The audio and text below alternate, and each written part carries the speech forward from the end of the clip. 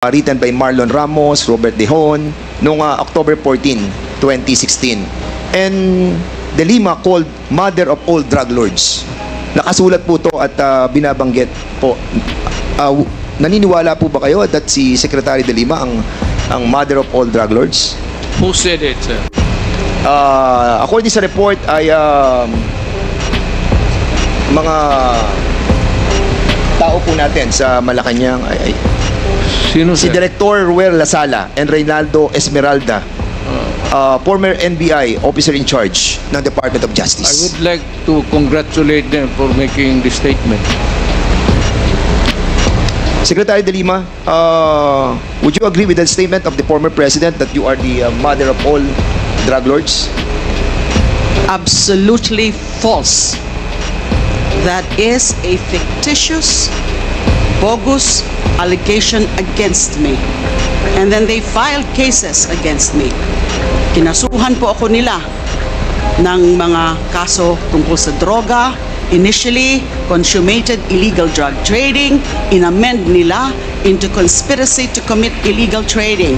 30 kaso yung sinampa sa akin.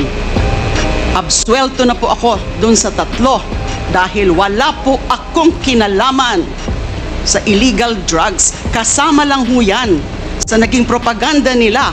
Kasama lang ho yan dun sa mga para meron silang isang figure, a prominent figure, at si Senador De Lima ho yun noon, noong 2016, na doon ang magiging atensyon ng bansa, atensyon ng mundo, na itong babaeng ito ay the mother of all drug lords, the beloved drug trade queen. Ano pong nangyari dun sa mga nag-akusa sa akin, yung mga beloved convicts, mga nung una, yun ang mga sabi nila, kung ano mga sinabi nila na nag-raise funds ako. Pero kinalaunan, binabawi ho nila yung kanilang mga akusasyon against me. I was cleared of all 3 drug cases. I underwent the whole process. Dumaan po ako sa buong proseso kahit mahirap, masakit para sa akin. Kinulong ako ng almost 7 years na hindi na po nila yan